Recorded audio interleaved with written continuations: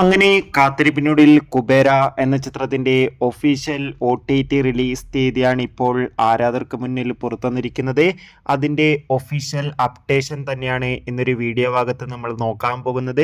വീഡിയോയിലേക്ക് മുൻപ് video like ചെയ്യുക, ചാനൽ സബ്സ്ക്രൈബ് ചെയ്യുക.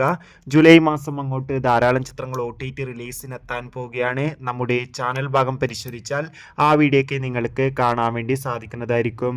ധനുഷ്, രേഷ്മിക എന്നൊക്കെ പ്രധാന കഥാപാത്രങ്ങളായിട്ട് ചിത്രമായിരുന്നു കുബേര.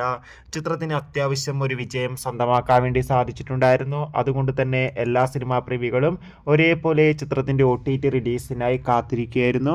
ഫൈനലി ചിത്രത്തിന്റെ OTT അവകാശങ്ങളൊക്കെ ഇപ്പോൾ വിറ്റുപോയിരിക്കുകയാണ്. ആമസോൺ പ്രൈം വീഡിയോസ് എന്ന OTT പ്ലാറ്റ്ഫോമാണ് കുബേര എന്ന ചിത്രത്തിന്റെ OTT അവകാശങ്ങളൊക്കെ സ്വന്തമാക്കിയിട്ടുള്ളത്.